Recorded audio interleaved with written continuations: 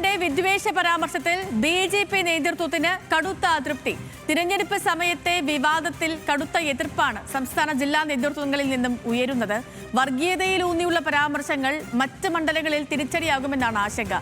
ഈ ഘട്ടത്തിൽ വിവാദം ഏറ്റെടുക്കേണ്ടതില്ല എന്നും ഗോപാലകൃഷ്ണനെ പിന്തുണയ്ക്കേണ്ടതില്ല എന്നുമാണ് പാർട്ടിയിൽ ഒരു വിഭാഗത്തിന്റെ നിലപാട്. ലെവിൻ കെ വിജയൻ വിവരങ്ങളുമായി ചേർന്നു. Levin, good morning. ഈ ബി ഗോപാലകൃഷ്ണൻ ഇന്നിപ്പോൾ പത്രികയൊക്കെ സമർപ്പിക്കാനിരിക്കുകയാണ്. നിലപാടിലൊന്നും ഇനിയും മാറ്റവും വരുത്തിയിട്ടില്ല, പക്ഷേ നേതൃത്വത്തിന് അതൃപ്തിയുമുണ്ട്. എന്താണ് ബി.ജെ.പിയിൽ നടക്കുന്നത്?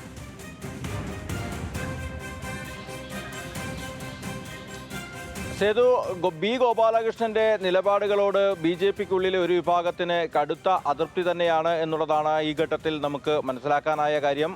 കഴിഞ്ഞ ദിവസങ്ങൾക്ക് മുൻപാണ് അദ്ദേഹം ഗുരുവായൂരിലെ സ്ഥാനാർത്ഥിയായി പാർട്ടി നിശ്ചയിക്കുന്നതും തൊട്ടു പിന്നാലെ തന്നെ ഈ ഫേസ്ബുക്കിലൂടെ അടക്കം പ്രചരിപ്പിച്ച വീഡിയോയിലടക്കം ഇതരമത വിദ്വേഷം പരത്തുന്ന വിധത്തിലുള്ള കണ്ടന്റുകളാണ് ഉപയോഗിച്ചത് എന്നുള്ളതാണ് പ്രധാനപ്പെട്ട ആരോപണം. അത് ബി.ജെ.പിയെ തൃശ്ശൂർ ജില്ലയിൽ മാത്രമല്ല സംസ്ഥാനത്തിൻ്റെ വിവിധ ജില്ലകളിലും മണ്ഡലങ്ങളിലും ഇത് തിരിച്ചടിയുണ്ടാക്കാൻ ഇടയുണ്ടാകുമെന്നുള്ളതാണ് ഇത്തരത്തിലുള്ള ഒരു എതിർപ്പുകൾക്കും വിയോജിപ്പുകൾക്കും കാരണമായിരിക്കുന്നത്. മാത്രമല്ല, ഒരു നിർണായക തെരഞ്ഞെടുപ്പ് ഘട്ടത്തിൽ ബി.ജെ.പി പല മണ്ഡലങ്ങളിലും വലിയ പ്രതീക്ഷ വയ്ക്കുന്ന മണ്ഡലങ്ങളുണ്ട്, അവിടെ വിജയിക്കാൻ സാധ്യതയുള്ള മണ്ഡലങ്ങളുണ്ട്. അത്തരത്തിലുള്ള മണ്ഡലങ്ങളിലെ നേരിയ വോട്ടുകൾ പോലും ഇത്തരത്തിലുള്ള വർഗീയ പരാമർശങ്ങൾ കൊണ്ട് സ്വാധീനിക്കപ്പെടും എന്നുള്ളതാണ് പ്രധാനമായും നേതൃത്വത്തിൽ ഉയർന്നു വരുന്ന ആരോപണവും എതിർപ്പുമെല്ലാം. ബി.ജെ.പി സംസ്ഥാന നേതൃത്വത്തിനും ഗോപാലകൃഷ്ണൻ ഇപ്പോൾ മത്സരിക്കുന്ന തൃശ്ശൂർ ജില്ലയിലെ നോർത്ത് ജില്ലാ കമ്മിറ്റിക്കുമെല്ലാം ഇക്കാര്യത്തിൽ തികഞ്ഞ അവമതിപ്പാണ് ഉള്ളത്.